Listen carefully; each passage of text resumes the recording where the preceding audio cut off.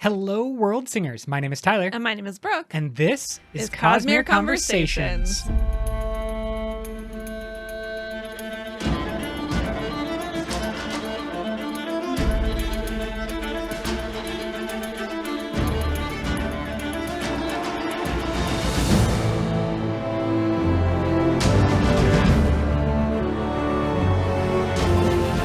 Hello to all of you wonderful human beings out there. We are on a journey of discovery, a journey through the history of Roshar, taking us through all of the tidbits of information that we got from Wind and Truth. Last time we discussed the fourth moon and all of the speculation regarding what it could be, what it means. And this time, Brooke, let them know what we're going to talk about today. We have a lot to get through today. We're talking about the era of history on Roshar called the Era of Solitude, after the Heralds have allegedly won the final desolation and humans are on their own. It's during this time that we also have Mishram coming to power of a sort and creating the false desolation. We have Mishram's imprisonment,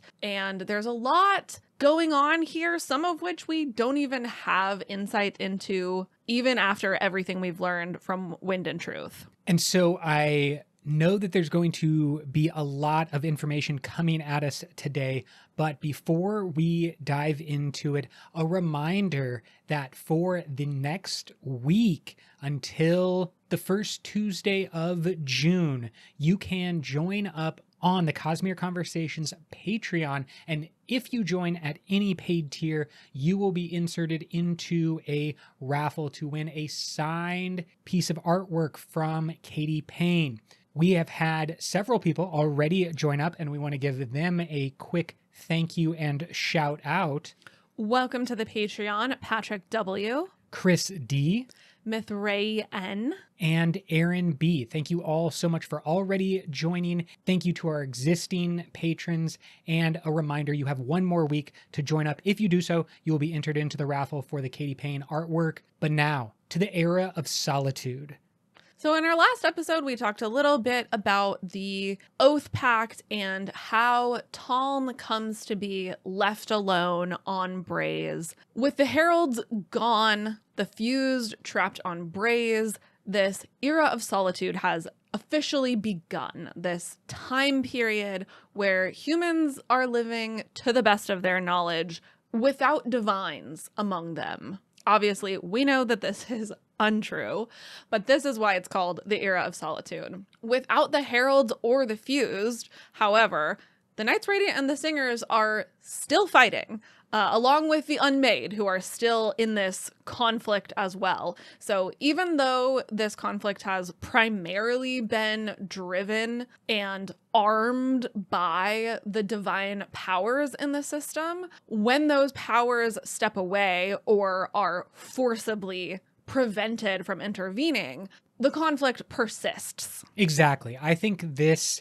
is a devastating aspect of the history of Roshar. You have what is primarily a shard-to-shard conflict, and in doing so, they have that arms race where they're continually empowering the mortal beings, and we witness the continuation of the conflict even after the shards step away, or at least step back. They're obviously still around and still going to be influencing things, but the way that the conflict kind of still eats away at the heart of Roshar, eats away at all of these people for generations. And the experience that we're going to try to cover today is going to take us up through much of the prehistory to Way of Kings. So basically from the start of the Era of Solitude up until Way of Kings. And I think that the best place maybe to begin is with the Unmade Mishram. This was a huge topic of contemplation and consideration prior to Wind and Truth. And then we did get a lot of answers about Mishram, while also simultaneously not getting that many answers about the Unmade generally. Yeah, there's still so many questions about the Unmade, which I really thought would have been more revealed in Wind and Truth, and wasn't really. But Mishram's story, I think, was pretty well illuminated in Wind and Truth. She's still going to be a character, seemingly, in the back half of the Stormlight Archive, but we hear a lot about the meat of her story. Interestingly, she seems really strongly correlated, I guess, with the singers. She appears physically as a singer with those black, white, red markings and carapace. It's not really clear why this is, because, as you said, we still don't really know that much about the Unmade, like how or why they were made. Like, was she originally a singer that was then turned into an Unmade? Is she just like vibing with the singers and she's just like, you guys seem cool, I'll be like that too? Was she made like individually, but made inspired by the singers?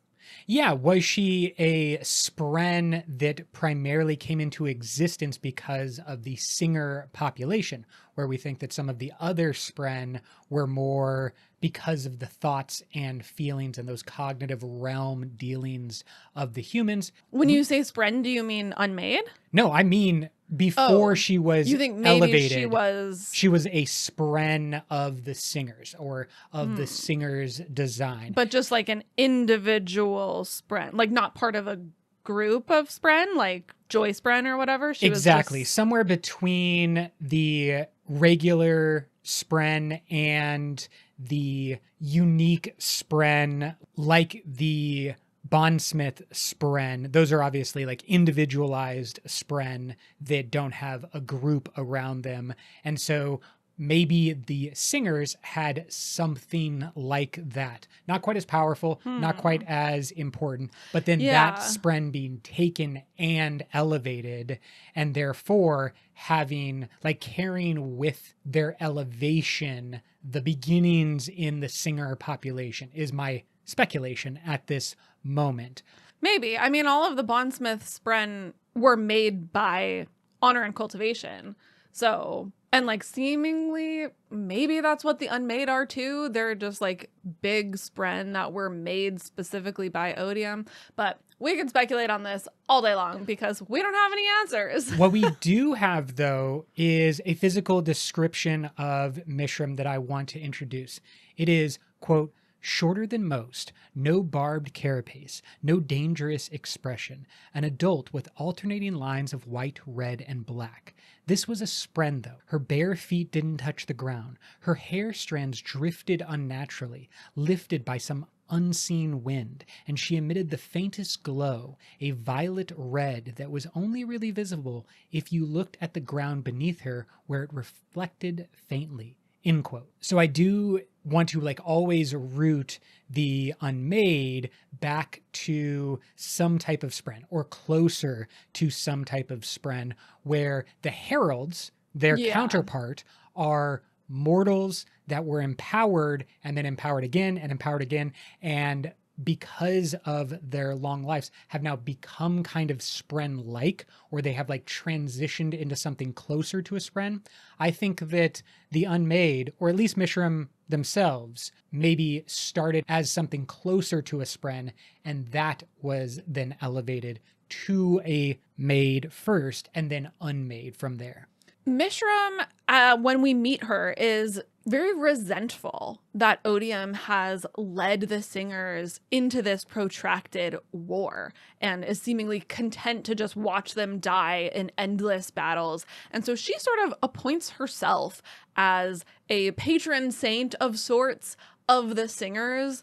In a vision, we see her moving through the aftermath of battle, healing singers, and she says, quote, "He does not love us."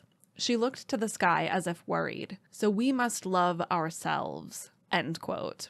Yeah, this is one of the first examples of direct challenging of odium, and pointing out something that I think you and I have talked about a lot is that the shards are bad.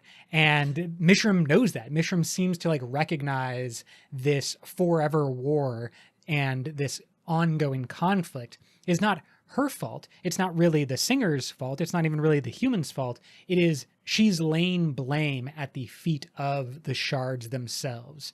I mean, specifically on odium. Yes. I think while we can say that probably all of the shards are flawed and maybe not to be trusted, I think it's pretty safe to say that odium is the worst, at least at this point. And we see this pattern in the humans as well, where odium was once their god and they embraced him at one point, and then eventually they realized that this is a bad relationship, and they're like, oh, he was the bad guy all along. I actually don't think he was ever good. And we see the same pattern repeating with the singers who at one point embraced him, and then maybe Mishram is the first who's not a singer, but is singer adjacent, saying that this god that they have sort of attached themselves to, it doesn't have their best interests at heart. And she says, quote, "You deserve far better than him. Live, feel so much more than he allows.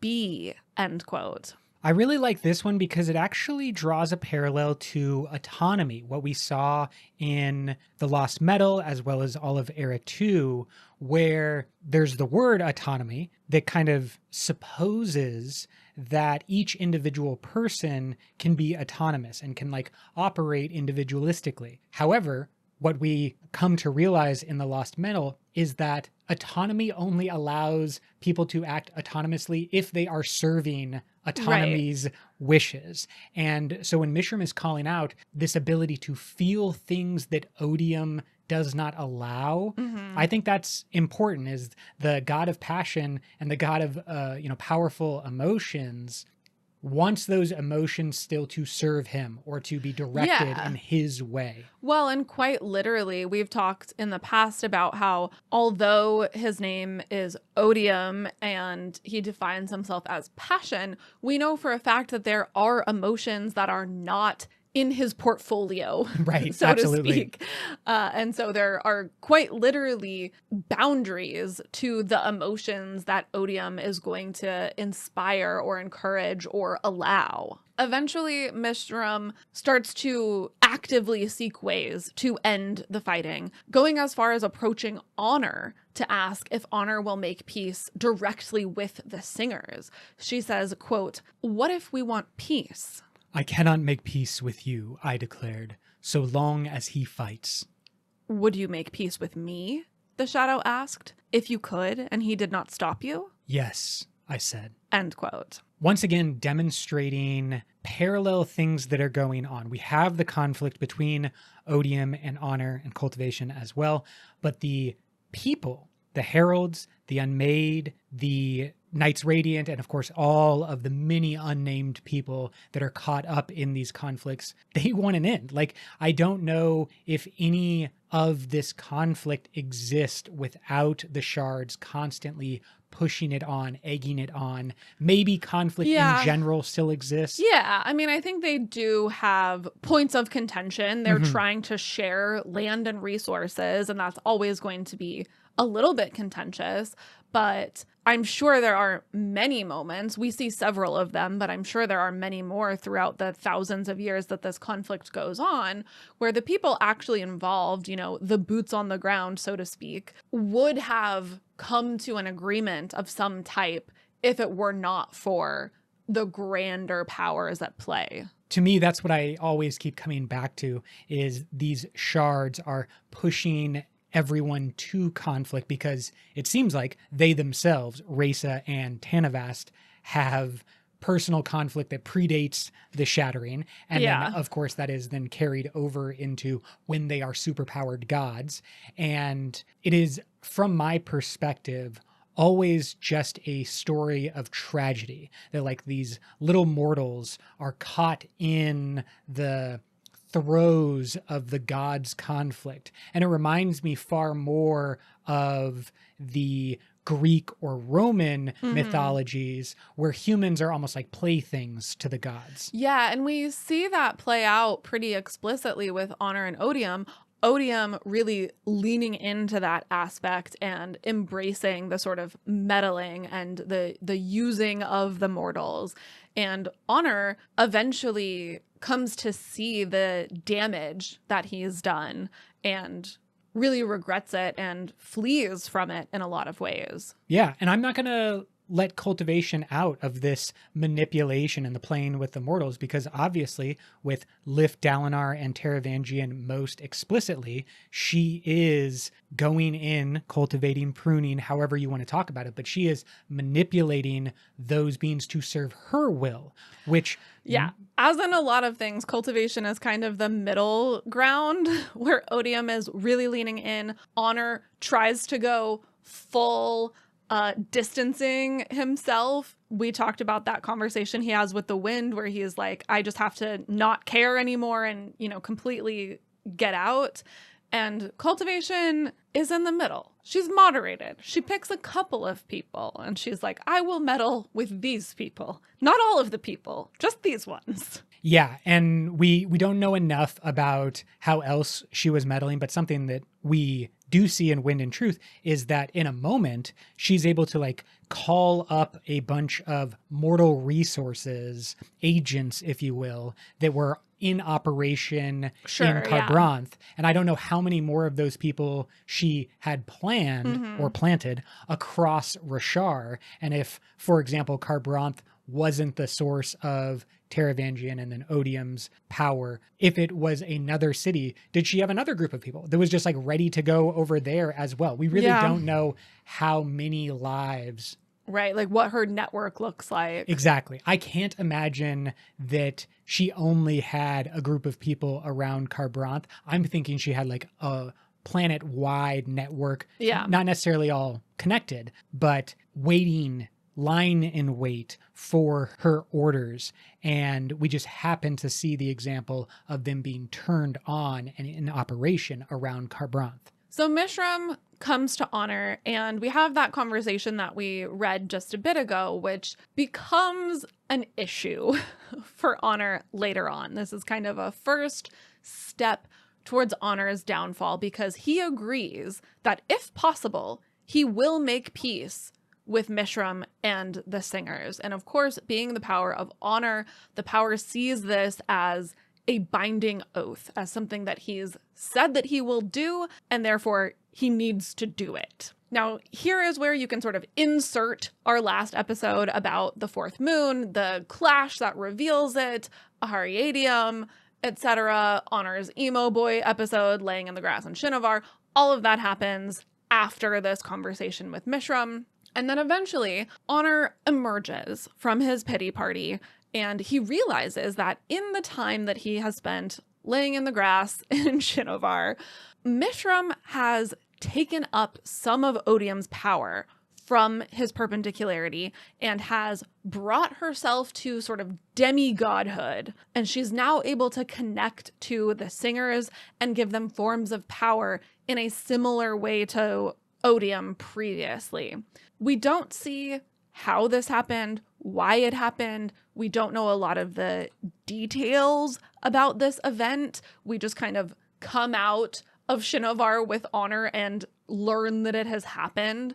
We hear, quote, "During my meditations, Reza had briefly lost control of his power, requiring his full attention to maintain it. In those years, his rival had already found his pool, a part of his soul, and partaken of it. This should not have been easy, but something about his pool, the way he was maintaining it, was different," end quote. What do you think it is about Odium's perpendicularity and the way that he is maintaining it that is different? This is still such a big question to me, because clearly we talked about the importance of the fourth moon, but also the fact that the perpendicularity is located beneath the shattered planes as well. And the concept that Odium himself is maintaining it uniquely or in some type of special way, I have to imagine that Odium as the last shard to arrive is at something of a disadvantage compared to honor and cultivation when it comes to investing themselves in the planet. Honor and cultivation were there first, longer. I have to imagine that gives them some type of upper hand. So therefore, I could imagine Odium trying to maintain his perpendicularity in a very like aggressive fashion, trying to like force himself into Rashar and to become what we eventually see play out in Rhythm of War of like a balanced third party, third shard on the planet. And maybe that means that where cultivation and honors perpendicularities exist in a natural way or in a natural harmony with Rashar, Odium is kind of in a discordant fashion, pushing his perpendicularity in a somewhat violent fashion so that he becomes more empowered on the planet. That's my guess. And I would love to get some feedback from listeners about what do you think this means when it comes to Odium maintaining his perpendicularity in a different or unique way. Let us know what you think. And I think there's more to be learned here.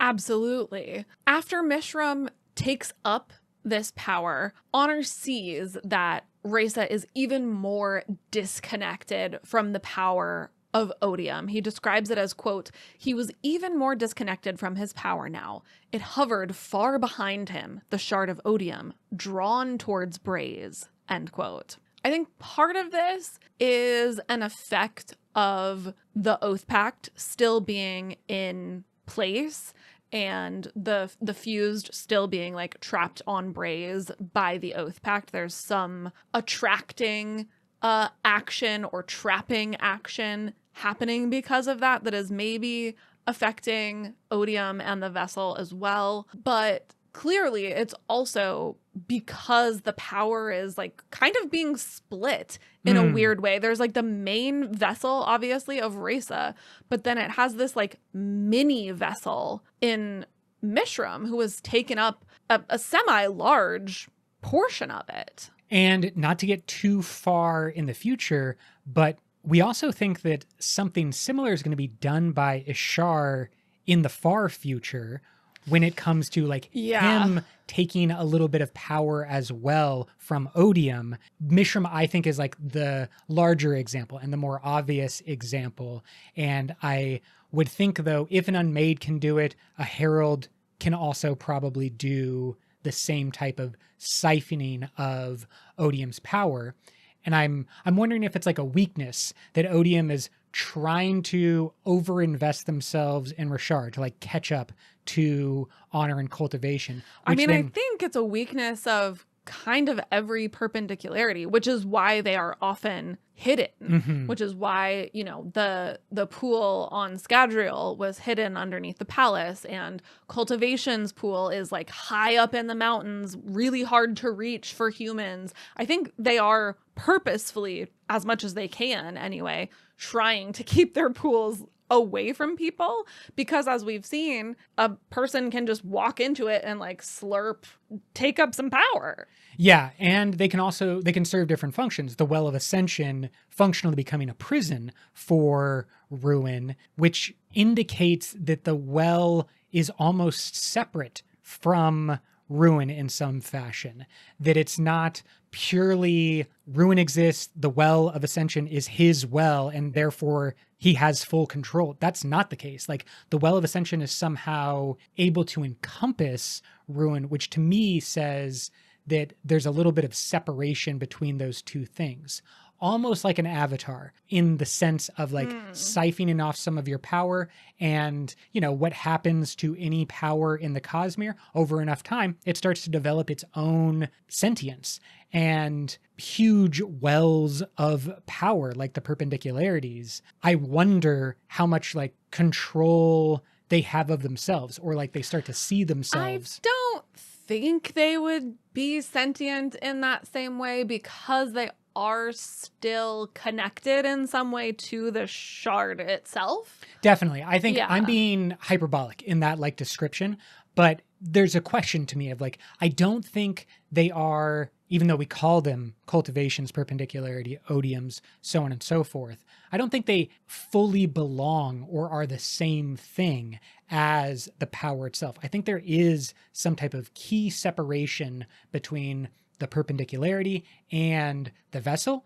and the shard, which again I mean, keeps... I don't know, because like if a shard loses its vessel and a person was to take up all of the power in that shard's pool, would they not become the new vessel? If they were to take up all of the power of the shard, would they have full control of the perpendicularity? No, if they like walked into the perpendicularity. I don't think they could do it that way. I think that if you were to step into a perpendicularity, there may be huge amounts of investiture that you're able to access. The Elantrians, we know, like use the pool to die or to like heal themselves, release themselves into the beyond. And I think that I don't necessarily think that the wells are direct sources up to the shard power, if we're calling that the biggest thing. You're able to travel through the pools to the cognitive realm. Definitely. Which is what happens in Elantris. Mm-hmm. Am I completely... I haven't read Mistborn in a long time. Am I completely messing up the end of Mistborn? How does Vin eventually become preservation? Does she not take it up from the pool? Well, preservation doesn't have a single pool of investiture. Remember, it's something in Mistborn's Secret History that Kelsier uses the device from the Ivory and he brings it to Vin. Yeah. And then Vin is able to draw upon the Miss, which is also preservation's body essence, you know, spirit.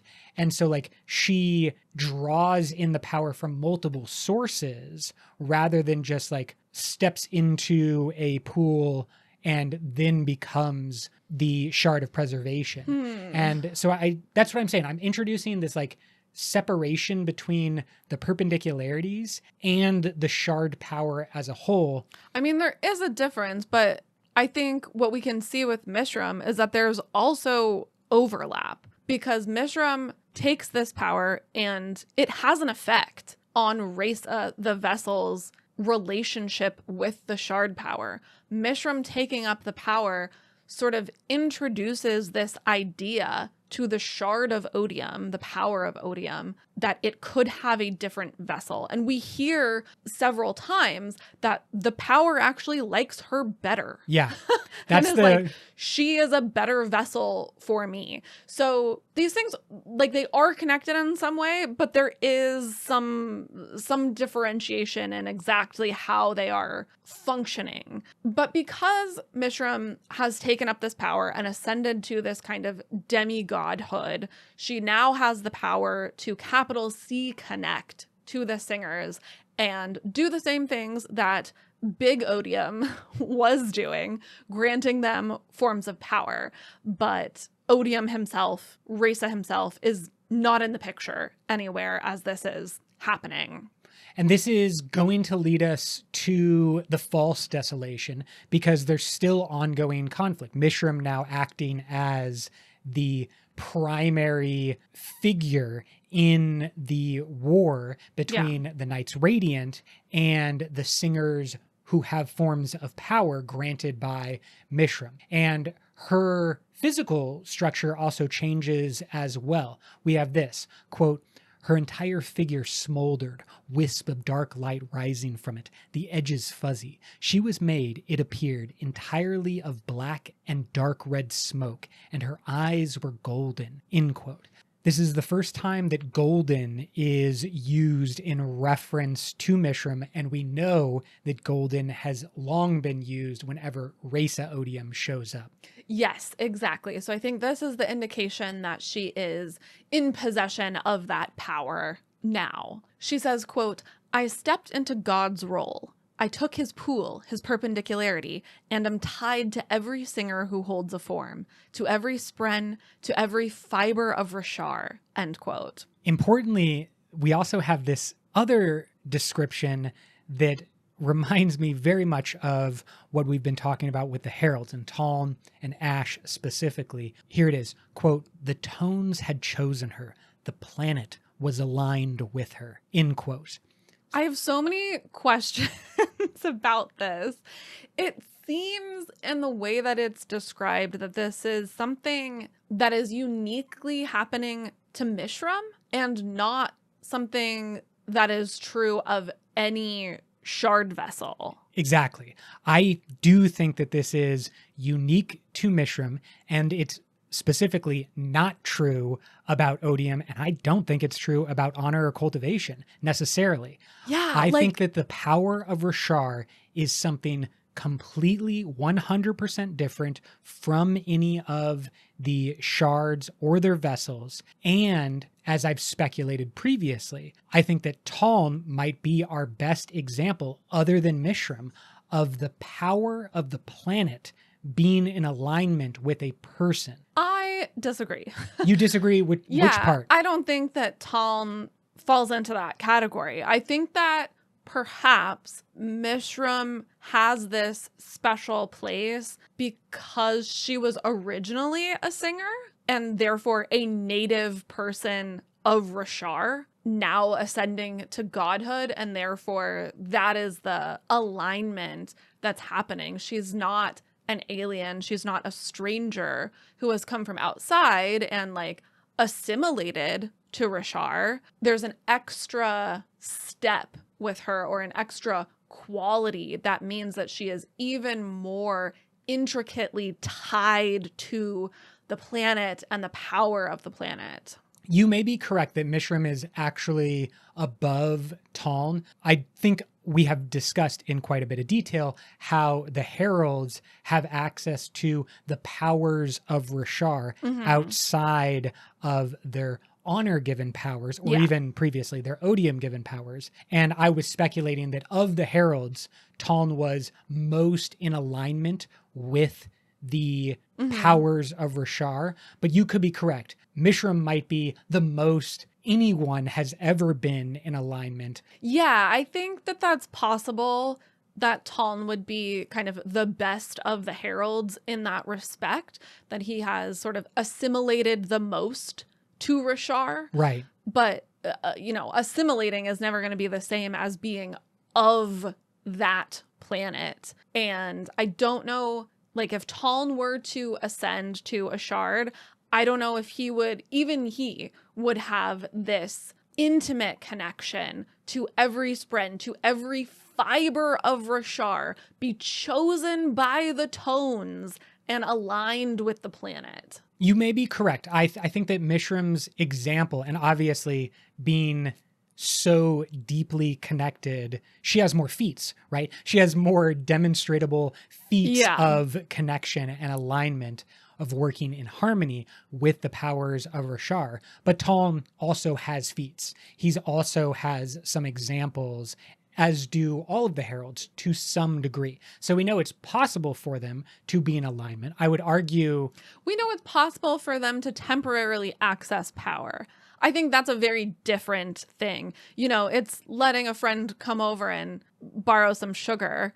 It's not inviting them to live in your house forever. Interesting. I think that the herald's ability is actually a little bit more than that. I would say maybe it's closer to a long-term renter who has some legal standing that they are the main owner of that household, even though legally speaking, there is some person who bought it long ago. But without getting too wrapped up in the weeds, let us move on to how these powers come into conflict and like how the false desolation comes to really play out. Because at this point, Mishram says that she's also recruited some of the other Unmade to her cause, and they are backing her fight. They are determined to finally win this war, once and for all. And as for Odium, she says, quote, "He is locked away like the human heralds. I used his power to bind him for a time," end quote. We do later learn, I think I have the quote in here somewhere, we later learn that Odium is not quite as bound as she thinks he is, but she's kept him at bay a little bit. Yeah, she kind of seems to have bound a large portion of his power, but maybe didn't realize how good he was going to get around that binding. Like, she is a demigod, but she's not a god.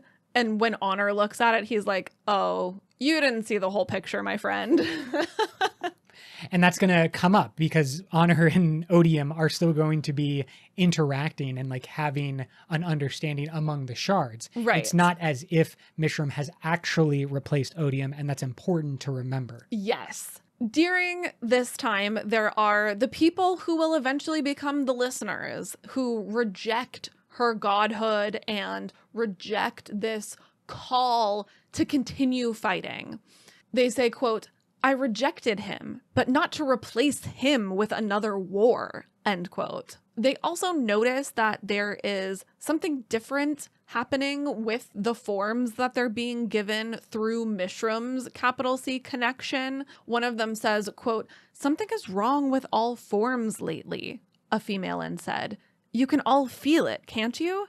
It feels wrong. The rhythms change. The songs warp," end quote. I'm very interested in that concept because the regular singers at that time, because they are going to become the listeners as they have more of this division around Mishram, but they can feel it. And I wonder if that is what the Stormfather as well as Hoyd can sense when they go to look at or hear the rhythm of the new Odium during Wind and Truth. It's like, we know something's different. It feels wrong. And if you are deeply connected, you would notice that sooner. And so these singers who recognize the change and recognize the shift in the rhythms, to me, are the first example of cracks within Mishram's power. And because we know it's not going to end well for Mishram, we should really focus on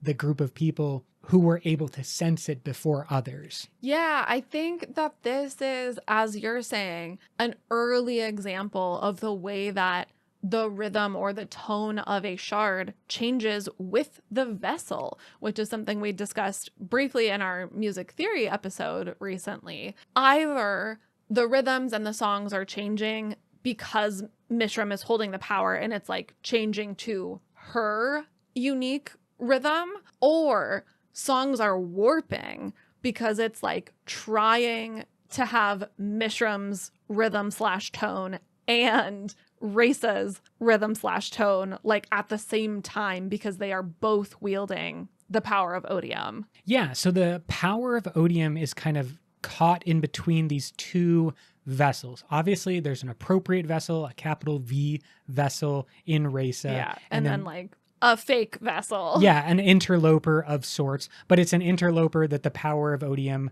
does kind of like and does want to share power with, or maybe shift all power over to. But to the singers, they have a feeling of wrongness that I think points to the fact that no vessel can actually override the power of Odium. Oh. I think that Mishram has some advantages over Rasa as a vessel. But at the end of the day, and I believe Honor does say this, we're always going to get back to the exact same conflict regardless of who the vessel is, even if the power of Odium loved Mishram and the power of Rashar loved Mishram. The power of Odium is always going to force its vessel to engage in this conflict. Yes. And that despite what Mishram may want at the beginning, they are always going to be subservient to the power of Odium, which wants this conflict. Right, yeah. The listeners are allowed to leave and go their own way. And their leaving actually sort of plants this idea in Mishram that maybe she should explore other options. Maybe she doesn't need to continue pursuing this war. And that's what kind of begins to open her mind to pursue a peace treaty with the humans. We're going to come back to that thread in just a moment. While all of that is happening, there is also another conversation between Honor and Odium where our eventual Contest of Champions agreement is hammered out. As we've said, Honor comes out of his emo boy time in Shinovar. He sees that Reza is struggling. Mishram has power. He goes up to Odium. Hey, bro, let's try to figure this out. Odium tries to sort of goad Honor into fighting him again, but Honor resists. He remembers all of the suffering he's already caused on Rashar, the destruction of Ashen. He's like, no more fighting. We need to figure this out once and for all. Yeah, and this is where he proposes the idea of a battle of champions. Not that the shards are going to directly attack one another, but that they would select champions. And that's a deal that's going to hold all the way up until the end of Wind and Truth, because Odium agrees not to attack Honor directly, but allows the loophole that Honor can initiate attack and then Odium can respond with his full force. They also both agree not to expand their power to their little minions anymore. So no more power for the heralds, no more power for the unmade. You can't make any new magical soldiers to fight for you. We're done. We're not contributing anymore. Yeah, so this is technically the end of the arms race between Odium and Honor. They do not continually develop their mortal weapons anymore after this point. And maybe Mishram is the reason why. Maybe they both feel their own weakness. They're kind of like control over the situation slipping away from both of them in different ways. Yeah. And I think that because we know how this story is going to play out and how important the concept of a champion is by the time we get to the Stormlight Archive, it is a moment of agreement, another deal that is struck that is going to bind both of these shards. And it reminds me of the first time that Dalinar and Odium meet, when Dalinar says something along the lines of, why don't you just go? Why don't you leave this planet? Why are you still here? And Odium like whips his head around and says, is that an offer to like break my vows from the representative of Honor? Because that's what he's looking for. He's looking to get out of this specific deal that like forces his hand, even though Honor is no longer around by that point. And this is on top of the original agreement between Honor, Odium, and Cultivation to remain in the system. So this is an additional agreement on top of that. This is mainly stuff that Honor wants. As you mentioned, Odium's like, look, fine, I won't attack you, but like, if you want to fight, I'm into it. And so the thing that Odium asks for in exchange to agreeing to these desires of Honor's is for Honor to take care of Mishram. And here's where we have Honor observing that, quote, Ba-Ado-Mishram didn't truly lock him away as she claimed, but the power protected her from his touch, end quote. This is also when Honor realizes that the vessels really only have so much power. The shards are really the thing that are the center of this conflict. And while once he sort of had hope that maybe if there was a different vessel in charge, it would be a different story, he realizes now that the power of Odium will never let him make peace, regardless of who the vessel is. Yeah, from the text we have, quote, I knew then that Ba-Ado-Mishram's plan would not work. If she took up Odium, it would eventually force her to the same confrontation. The power would never be content here. To replace Reza would only cause a delay, end quote. And to me, that's a devastating realization. Yeah. Because Honor also knows that he is not in full control of his power, the power of Honor.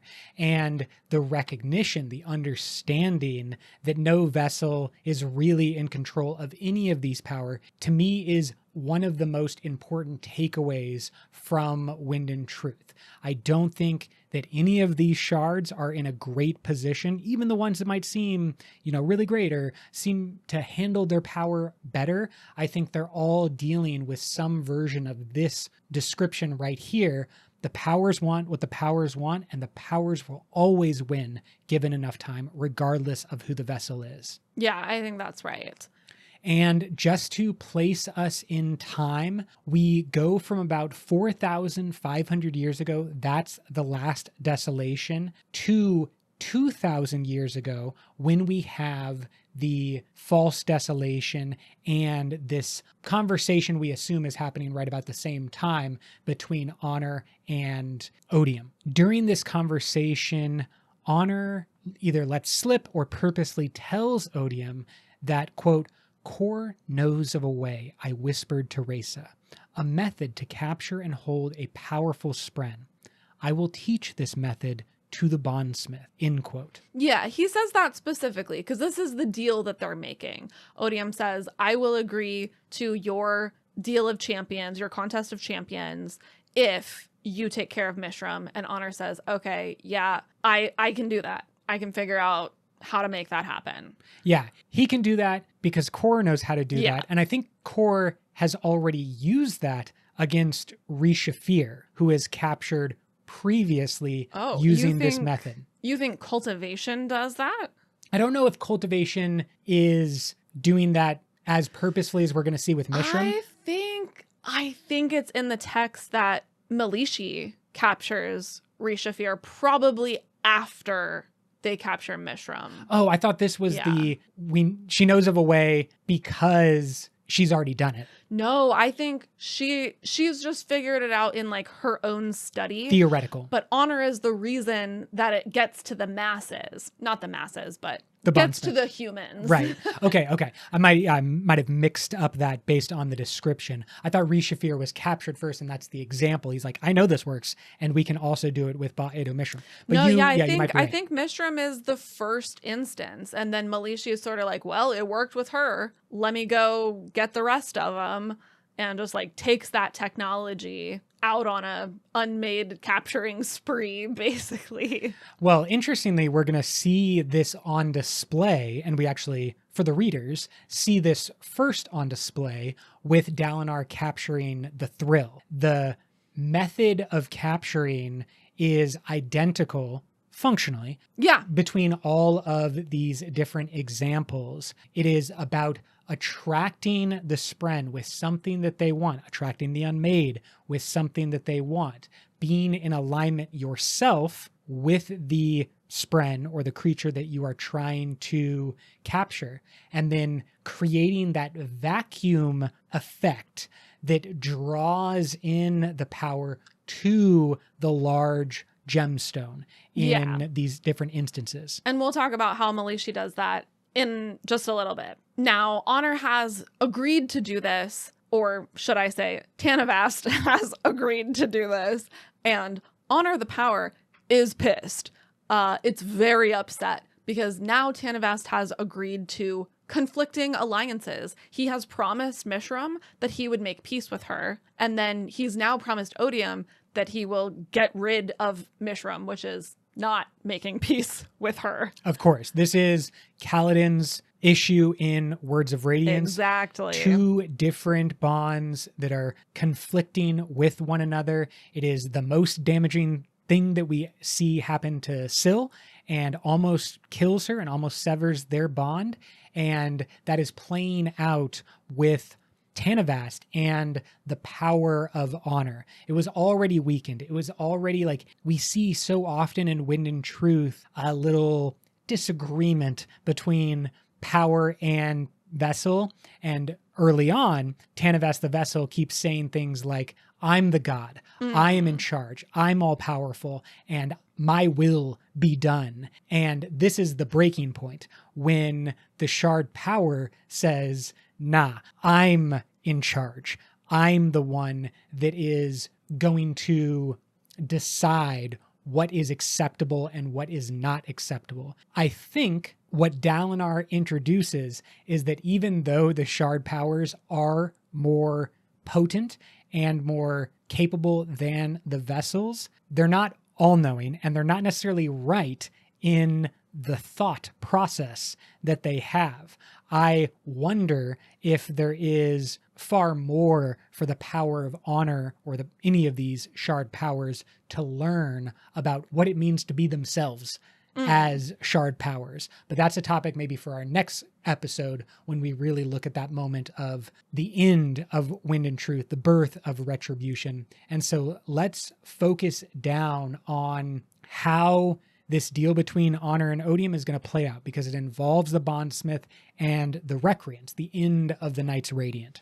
Yes, the Knights Radiant. We have barely talked about them in this entire recap over like 6 episodes at this point. And honestly, we don't know a lot about what exactly is going on with the Knights Radiant during this time. They exist. This is like theoretically sort of the golden age of the Knights Radiant, but we don't actually see very much about what's going on with them. We sort of hear vaguely about their creation, that Spren imitate the Honor Blades, and then Ashar devises and imposes a structure that Honor backs to ensure safety with their power use. We know that by this point, Urithiru is the center of the Knights Radiant operations, and that there's a pretty robust power structure in place.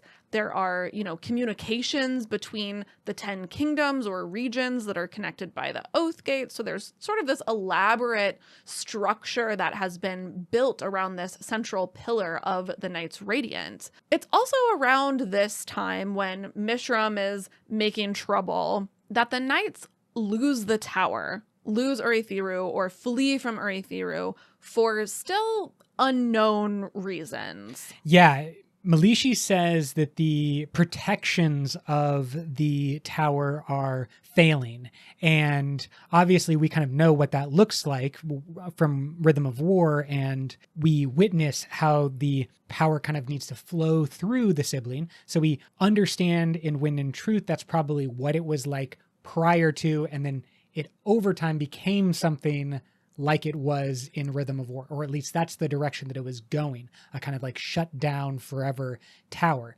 But we don't know why. Yeah, maybe it's just because of Honor's downfall, because the sibling is the child of Honor and Cultivation. Like maybe having sort of half of their power source, changed in such a drastic way is what does it. Yeah, I think that there's a very normal growth pattern for us humans here on Earth. When you realize that your parents are not superheroes, obviously when you're a little baby and a small child, your parents provide everything for you, give everything to you, hopefully, with lots of love and care. And regardless of how much they may love you, at a certain point you realize they are only mortal. Yeah. And they have their own flaws and their own lives that aren't connected to you at all. But then to extend the metaphor out, I imagine that the sibling is watching her failing father maybe. and kind of understanding perhaps death or decay for the first time, really getting a picture that they would have never had before, and turtling because of that fear of what's going to happen when my dad dies, what's going to happen when all of these terrible things that I can foresee. Because I think that the sibling has some type of foresight, some type of deep connection to the spiritual realm. Yeah. That I want to circle back to this in just a little bit, because Honor also shares widely a vision of the future. So that could also play in here. Let me interject to just give us our timeline for the Knights Radiant. The Knights Radiant were founded about 5,700 years ago, and the call from Malishi to abandon the tower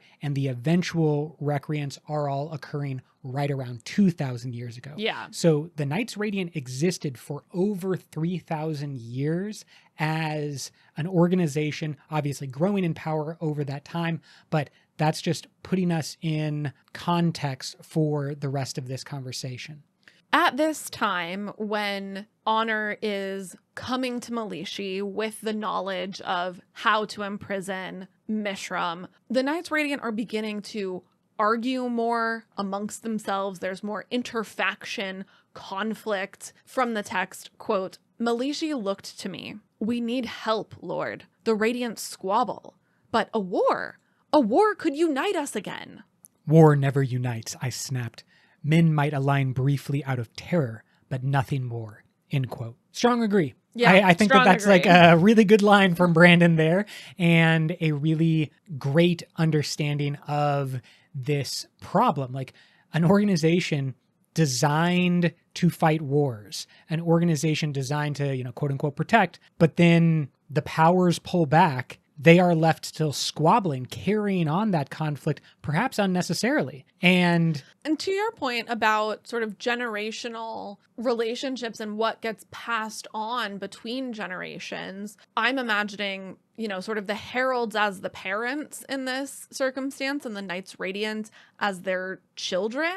And there's a quote that I just read yesterday. I think it's from Ishar. I could be wrong, but they basically say, what if instead of, retreating into the shadows after Ahariadium, we had been visible on Rashar and had been teachers, had continued teaching and guiding humankind, even if we weren't fighting with them, even if we didn't necessarily come out and say, I am a herald. And I think that could have made a really big difference to a group like the Radiants, even if the heralds had just stayed to teach and mentor the Radiant orders and had sort of taught them, here's how to behave when you're not in war. Yes. Right? They would have been maybe better off in this moment. Yeah, because unlike the heralds, the Knights Radiant have never known peace. Yeah. I suppose we could also say some of the heralds, depending on their age. The heralds also haven't known peace in a really long time. 5,000 years. Yeah, but at least Ashen at some point was without odium and did not have this internal conflict between first a civil war and then the odium and honor shard war. They are the last remnants of a group of people in the Rasharan system that knew something close to peace, and that's what they wanted to get back to, and then have just failed for thousands and thousands of years. But it's the Skybreakers who first break away. And they are going to have a division with the Knights Radiant that is reflected and mentioned multiple times in Wind and Truth. It's something that we still think Szeth is planning on working on in the back half. I don't know They're how much... basically the listeners of the Knights Radiant. Yes, exactly. They're the group that's like, this seems wrong, we out. And I don't know necessarily what their interpretation was. Yeah. What did they realize? What did they understand? What laws did they believe that they were following? How did they legitimize their breaking away from the Knights Radiant? I don't think we have those answers really clearly. And while I'm not 100% certain that we will see a lot of chapters from Szeth's perspective in the back half of Stormlight Archive, it is still a big question mark that he says, I'm going off to look for these other Skybreakers or to learn about these other Skybreakers. And how does that play out? Are they able to maintain in a way that even the Skybreakers around Nail, that also maintained, unlike other Radiant orders, this other group, are they out there?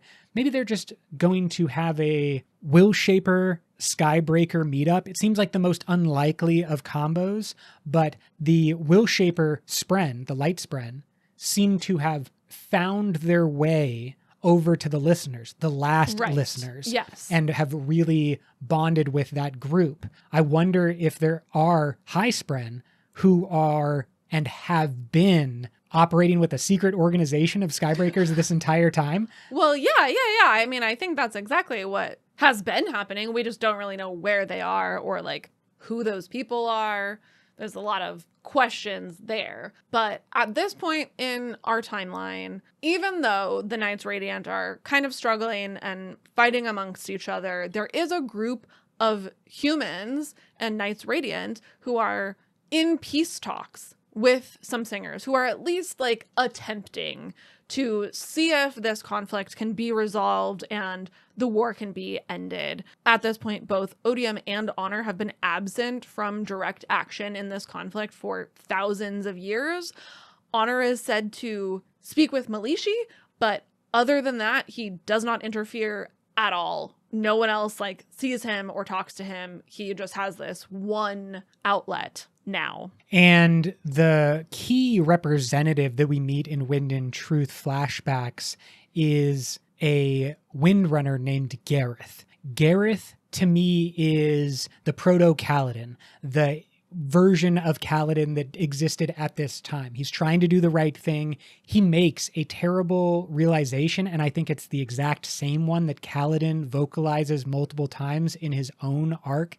Gareth has this to say about their circumstance. Quote, "We're all Voidbringers. Every time we pick up a spear or a blade and slaughter someone over this cursed land, we become Voidbringers.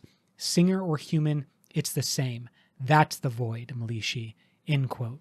Yeah, I love that quote. Yeah, so to me, Gareth is the version of like positivity that we want at this time, trying to protect people not by fighting, but by ending this conflict and ending this war. Yeah, and almost a proto Adolin too, of like noticing that fighting for honor is not necessarily honorable. Mm-hmm. That we can say that a lot of things are for honor, and a lot of people have died for honor, and maybe that's not the route that we want to go down. Because Gareth has fallen in love with a singer named Shimone. He eventually reveals this to others. Theoretically, it's only his close friend group, but unfortunately, he is also followed by Malishi to this little powwow. And the goal in revealing this love connection that's been made is to show them that peace is possible, to show that there can be positive relations between humans and singers. So he has brought his friends as this attempt to make peace, and Shimone has brought Mishram, who, as we said, sort of has her mind opened to the possibility that maybe pursuing peace is an option. She agrees to come and like see if this is really something that could happen. Unfortunately, Malishi has tracked them. He has his directive from Honor to trap Mishram, and this is the opportunity that he takes to trap her, saying that this is the only way that he can be sure, 100% sure, that peace will happen. Bummer to be 100% sure and still so wrong. Yeah, totally. Just a swing and a miss by our guy Honor once again. I mean, to be fair, I do think the fighting stops after this. It just stops because all of the Parshmen Are created and enslaved. So Not great. Yeah, not great. I want to call out that the relationship between Gareth and Shimone is the last known, and we would guess the last existing relationship between a human and a singer until Renarin and Relaine. There, of course, could be things that happened during the intervening thousands of years, but as far as we know, and as far as the text has indicated, there is a broken gap in between Gareth and Shimone and Renarin and Relaine, which makes Renarin and Relaine's story arc so important to Mishram, because she is captured by being fooled in some way. Like she's tricked and convinced to come, witnessing this love story between Gareth and Shimone. Not that they were doing the tricking, obviously. Right. But then the thing that breaks her out is also a love story, also between human and singer. And as far as I know, there is no love between human and singer in all of that time. That like Mishram's imprisonment also marks zero romantic love existing between these two populations, though we know it's possible. I think that that's probably true, but I also want to leave the door open in our minds. Yes. That at some point there is enough singer and human intermingling, we'll say, to create two entirely unique populations in the Horn-Eaters and the Herdazians. You don't think that's already happened. You think that could be happening going forward.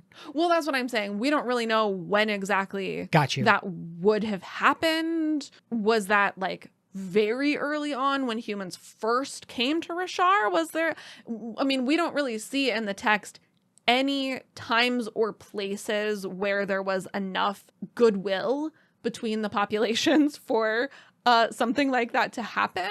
But then we also just have to keep in mind that we are not seeing every time and place in Rashar. It's possible that parallel to some of the scenes that we see in flashbacks, there are also, populations living completely in harmony that eventually result in these brand new races, species, ? Yeah, because it's emerging between the two Yes. different species. And I think what I am trying to indicate from Mishram's perspective, it would have been a love story is the reason that you are imprisoned. Yeah. And a love story is the reason that you are freed from that imprisonment. And how powerful that might be going forward for Mishram's story. Because obviously an unleashed Mishram is going to have a big impact in the back half. Yes, absolutely. Now, how does this imprisonment happen? As you are talking about a little bit of the overview of the way that we see Unmade being drawn into these large gemstones, the connection that Malishi makes with Mishram is centered around uniting their people, this mutual desire to stop the war, right? That is something that they legitimately both want. Obviously, they're going about it in very different ways, but that doesn't mean that that's not something that is very dear to both of them that they can empathize with. And that's the thing that Malishi uses to connect to her. And then it's described as welcoming her in and continuing to pull, which draws her fully into this gemstone prison. Yeah, we see it on display multiple times, all the way back to Way of Kings with the little flame spren who are being experimented on. You need to give the spren something that it wants. And in this instance, it's that concept of uniting their people that draws her in. And then you need something to like continue the pull to move the spren from the physical world and the cognitive world into the gemstone prison in this case. And I also think that the sibling calls this out for the fabrial operations that the humans have continued to develop from all of this time up to the Stormlight Archive. She like continually calls that a imprisonment of those minor spren. Yeah. And that eventually I think there is the strong possibility that we see the full cooperation of those minor spren, where it's not something like an imprisonment, but cooperation and an exchange of like goods and services. It's more like employment. Yes, exactly. 100%. Which is what I think it's Rushu, right? Is showing Navani at the beginning of Wind and Truth. She's like, look, I, give them the thing that they want. And then they're like very happy to do a little bit of work for me and like win-win. Yes. And in the way that in Monsters, Inc., they are trying to gain energy from screams, but they can actually get more energy from laughter. I think you can get more productivity from the spren. From a happy spren. From a happy spren, exactly. But this is not a happy spren. No, this is a very unhappy situation. Back to the bummer. Yes, so sorry, but here we go. Quote, in that instant, something ripped within the world itself. Rashar's rhythms and tones froze, like a heart suddenly stopped. 3 terrible seconds, then it was back, end quote. It's fascinating to me that with 3 full shards in this system, 3 pure tones, 3 rhythms of Rashar, this being who is not even a full shard has such a big impact on the heart of everything that exists here. I don't fully still understand why this is the case. Unless there is another element outside of the shards that we keep calling the power of Rashar that is as strong or more powerful than the shards themselves. Yeah, I think that's right. I think there is something else happening here that we have been sort of dancing around through this whole episode. And the only reason we're dancing around it is because we legitimately have zero information. So I think I'm just like highlighting the blank space here to say that something is happening. This is kind of weird and wild, and we don't understand it, but this is what happened. Definitely. Mishram represents something that is theoretically more powerful than any one of the shards, because her imprisonment causes all three shards, and the pure tones that they give out causes all of that to stop. And I think it's because the planet itself was devoted to Mishram, invested in Mishram.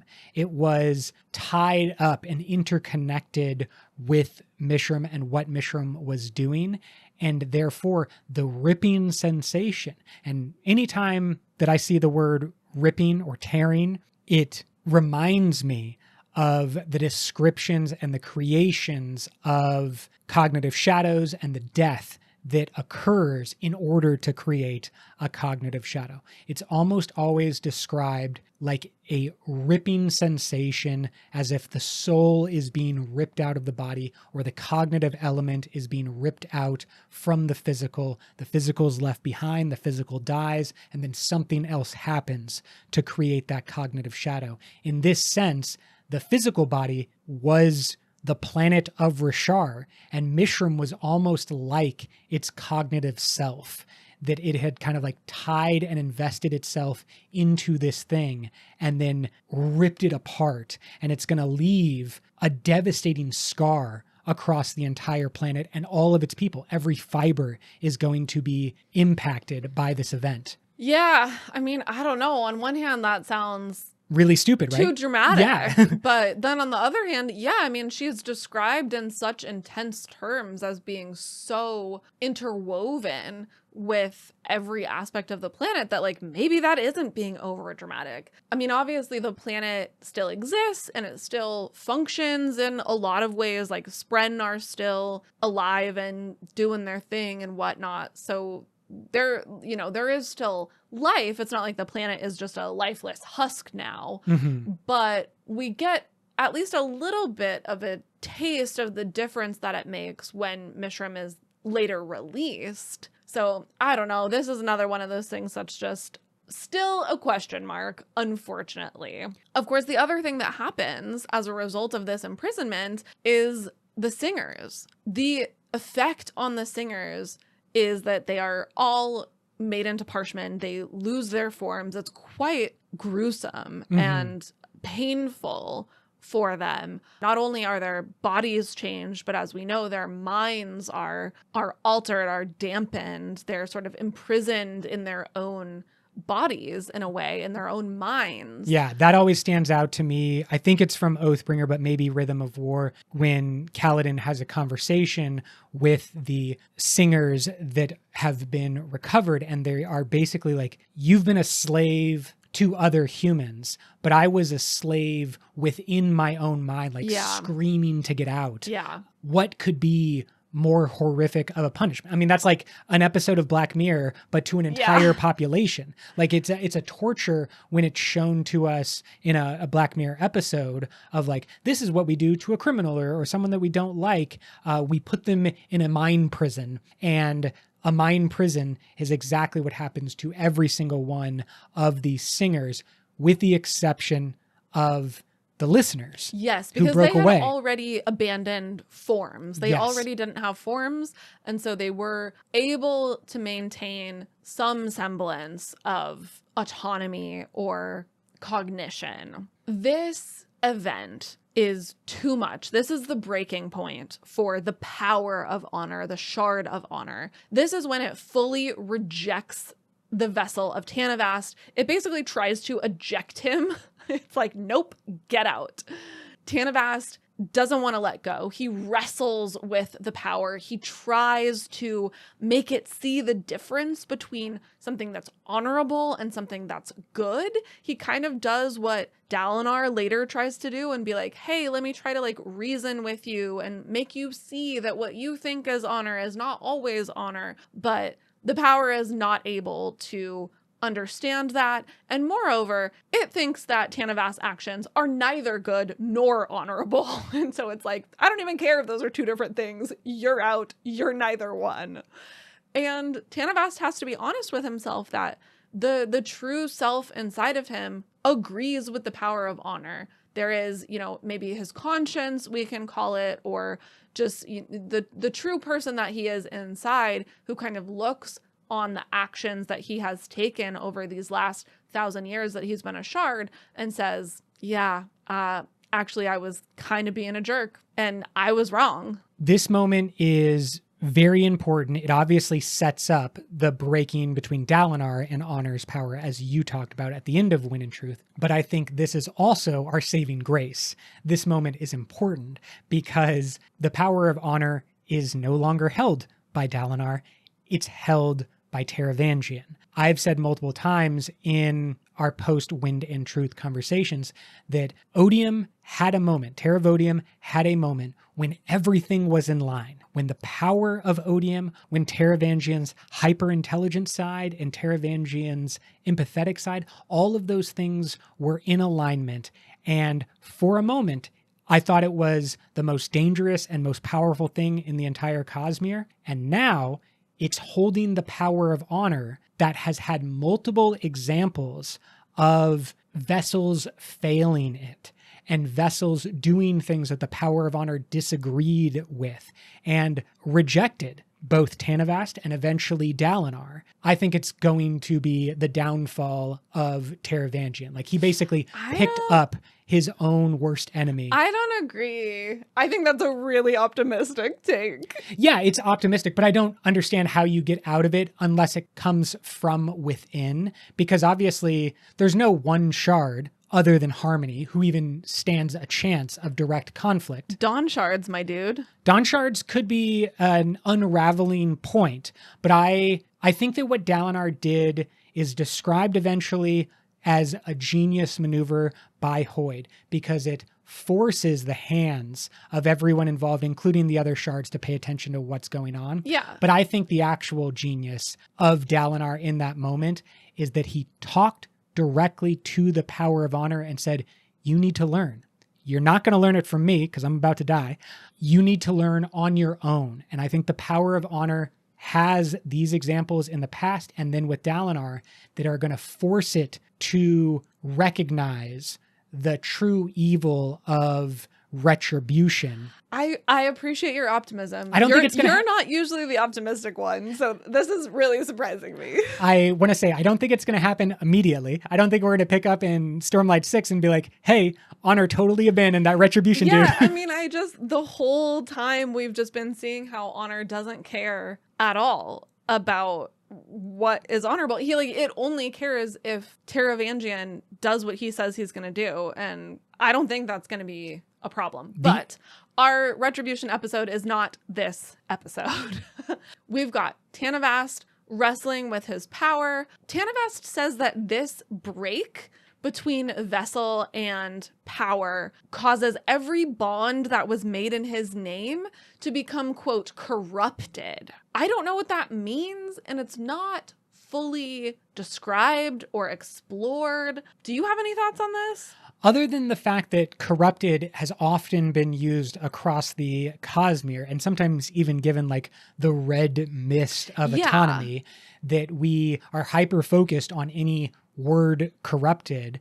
But I think that more so than corrupted in that sense, it's that Honor's no longer in control. Tanavast is no longer in control. Yeah, the brakes are kind of off the vehicle. Exactly. And so anything could happen because Tanavast sees his own death shortly coming after this. Yeah, and Tanavast knows that if this break happens, if the power abandons him as a vessel, then the beings that are accessing power through him, so the heralds and the Knights Radiant, will, as we just said, have the brakes taken off. The child safety lock is going to be taken off, and they will now have full access to surges and the potential to destroy the planet, just like Ashen. Yeah. What we've previously mentioned as the unchained nature of the Radiants or the Heralds. And we've used that description to apply to a lot of different circumstances, but it's definitely something that Honor fears. Yeah. I question, does Honor need to be so fearful of the concept of an unchained? I mean, yes. I think the answer is yes. I think he's appropriately afraid given Ashen and, just humanity. Yeah, I think he has good examples of why to be afraid, but I also think that the primary thing that he likes is control.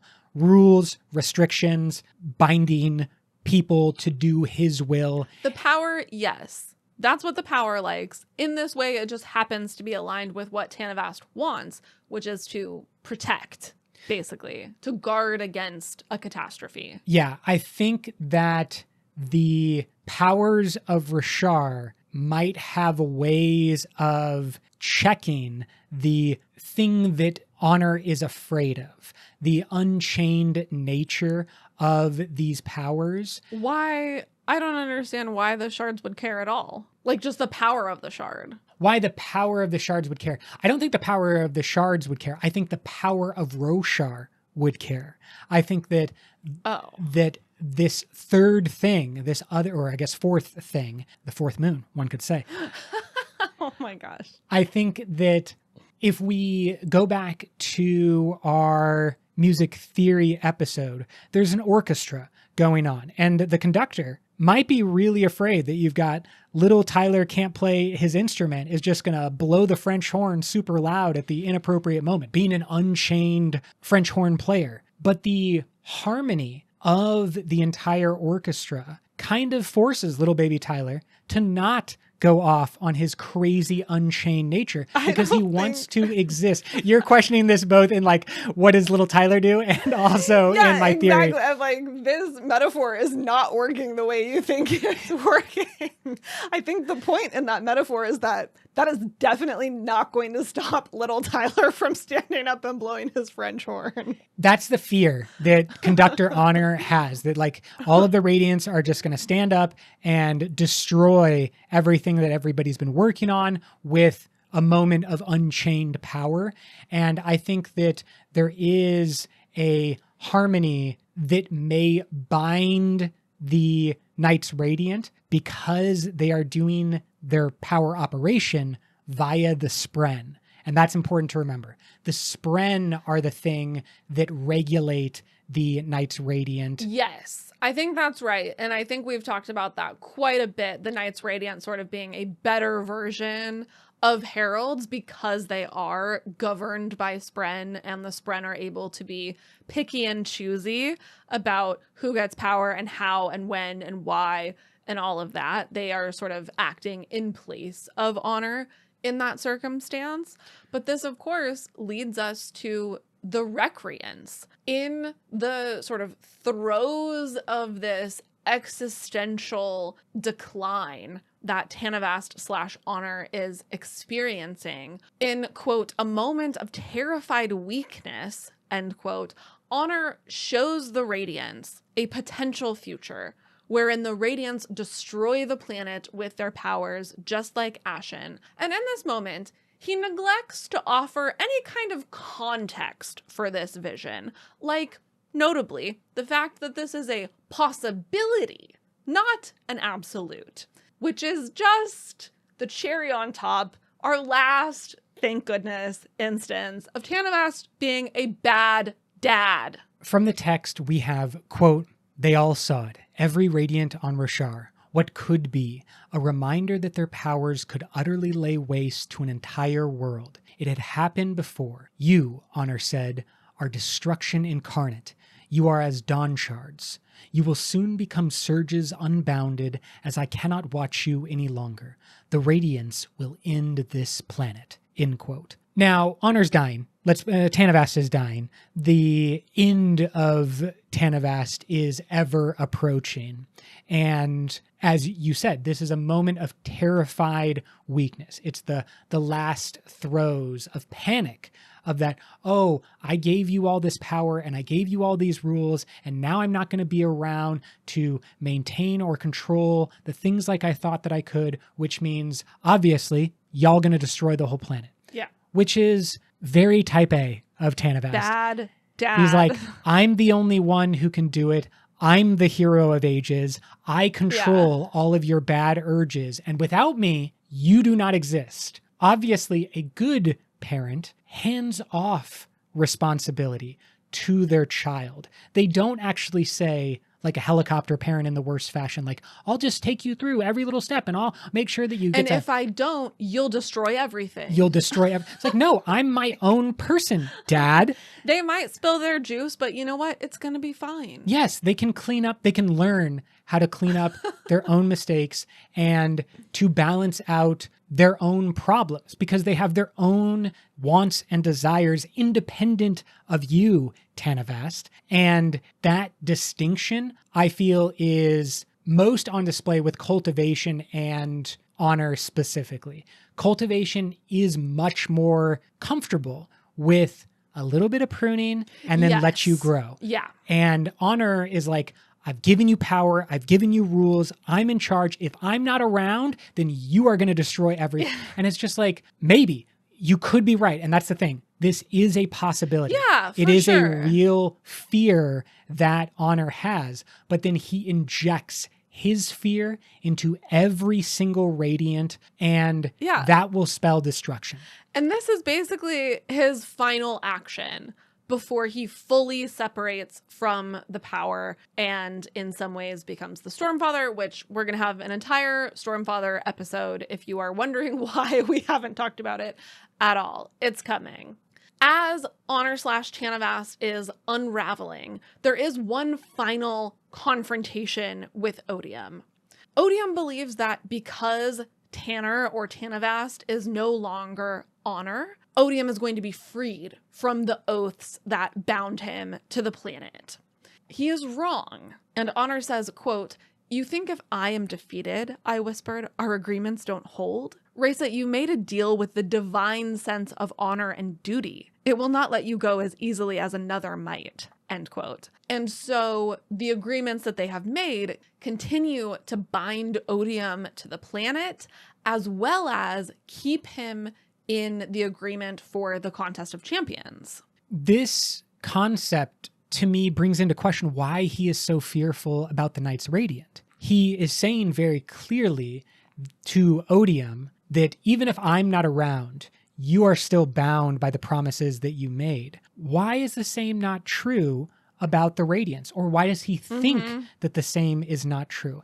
That might actually be an important distinction. This concept that the Radiants are more separated from Honor than we previously believe. Yeah, because they're not going directly through Honor. They're going through the Spren. Yeah, Honor's creations. So there's like a way in which there is a little bit of a backstop that like Honor provides. But as you're saying, because they're further removed, they're not as connected to that. I think the legitimate fear that Honor has is actually about the Heralds, or it actually applies most strictly to the Heralds. They are the thing that is most at risk of running amok or becoming too powerful and too unchained. Yeah. Where because the Spren are the intermediary for the Knights Radiant, there's actually less to be fearful about when it comes to them going crazy or becoming too powerful. Yeah, I mean, I guess maybe it's like the Heralds are only powered with the Honor Blades and they theoretically don't currently possess the Honor Blades. We know that some of them have them, but, you know, writ large, maybe that's why Tanavast isn't as worried about them. Well, we know that Honor doesn't know what's going on with the Heralds. We know that he doesn't understand fully the power of Rashar himself. So how in any way could we possibly understand it fully? But he's very convinced. And we know because after his death, a couple thousand years play out, and we see how the promises that Odium made still restrict him and still bind him. And Honor, as he is going, as he is leaving, solidifies this contest of champions, saying this, quote, "I needed a way to expand our agreement. It had to include a prohibition on us ever clashing directly, lest I falter and try to destroy him. Champions, I pled. Let us pick champions. Let them decide. The god of the victor rules Roshar. The god of the loser withdraws, confines their attention to one of the other planets in the system, and leaves Roshar alone." End quote. To me, this is silly, because there's only one planet that's really worth having in the Rosharan system. Yeah. Ashen's destroyed. Braze has like an atmosphere that only you can barely breathe. It's not a great place to be in. But this kind of like final agreement that Odium and Honor make is setting up the entire plot of the Stormlight Archive. The visions that the Stormfather will give is all about trying to find and create this champion of honor. We know that that eventually becomes Dalinar, and we know in that moment that he rejects it all. He rejects it all and gives that message to Honor. You need to learn the power of honor. You need to learn, you need to grow, you need to mature into something different than what you are, in a way like we have watched Dalinar grow and mature and become different than what he was. But the Recreance is a devastation. It severs the bonds between human and Spren. It clearly impacts all of the Spren civilizations that are, because of the imprisonment of Mishram, unknowingly killed in this Recreance moment. And so the ramifications of that one terrified moment of weakness of Honor are far beyond what he knew and far beyond what any of the Radiants knew going into the Recreance. So it's just like a series of dominoes that is each one falling over more depressing than the last. And this is how human society lives for a couple thousand years, up until basically Wind and Truth. Everything is kind of broken, and they don't even necessarily know enough about their history to know that it is broken. Now, we're going to talk a lot about Retribution and the final moment of Champions. So we're going to jump forward and look at the end result of this agreement next time. Yeah, we're going to talk about kind of where all of this leaves us with Retribution, what exactly happens to the planet of Roshar, as well as what the new Oath Pact looks like. We want to thank you so much for being on this journey through Roshar's history. We're coming to the point where we can actually talk about Wind and Truth in the plot points and the character points, and really kind of explore the motivations of these last 10 days before the birth of Retribution. There's so much still to talk about. I feel like we've covered so much ground. And then I look at my very long list of like episode topic ideas, and we have barely scratched the surface. But I found this history series to be really helpful. So much of this Rosharan history was sprinkled throughout the book and broken up and not very clear as to when exactly things were happening. So this has been really helpful for my brain. I hope it's been helpful for your brain. We want to remind you that you still have a little bit of time to join us over on Patreon. You can be entered into the raffle for the Katie Payne signed artwork. Thank you all very much for being listeners. And Brooke, can you take us away? Until next time, life before death, Strength before weakness, journey before destination.